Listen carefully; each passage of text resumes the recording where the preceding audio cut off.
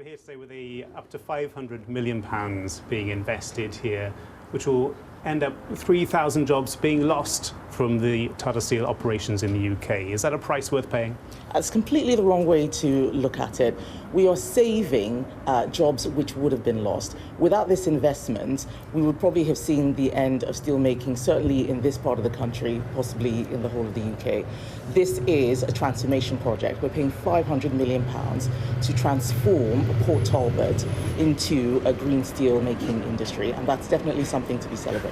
You know that Tata Steel was asking for much more than this, up to £1.5 billion to protect and really transform this site with all the available technologies that could come here. Instead, with £500 million, it's electric arc and all the implications for the downstream as well. You have to accept that what you've negotiated may be good for the taxpayer in terms of the amount of money you're spending on this, but the casualty is the workforce. That's completely wrong. This is good for the taxpayer. This is good for the workforce, because actually, when we do have new electric arc furnaces, we're going to be able to have many more industries. We can have offshore wind. There'll be a whole redevelopment of the site. This is actually a great deal, not just for Port Talbot, but for the UK. And what I would say to people who are concerned about job losses is that we do understand, and we have a transition plan in place that's funded up to about £100 million to make sure that people have skills to retrain and move on to other things if they don't want to stay in the steel industry. But this plant is going to be continuing. It'll continue to be a processing plant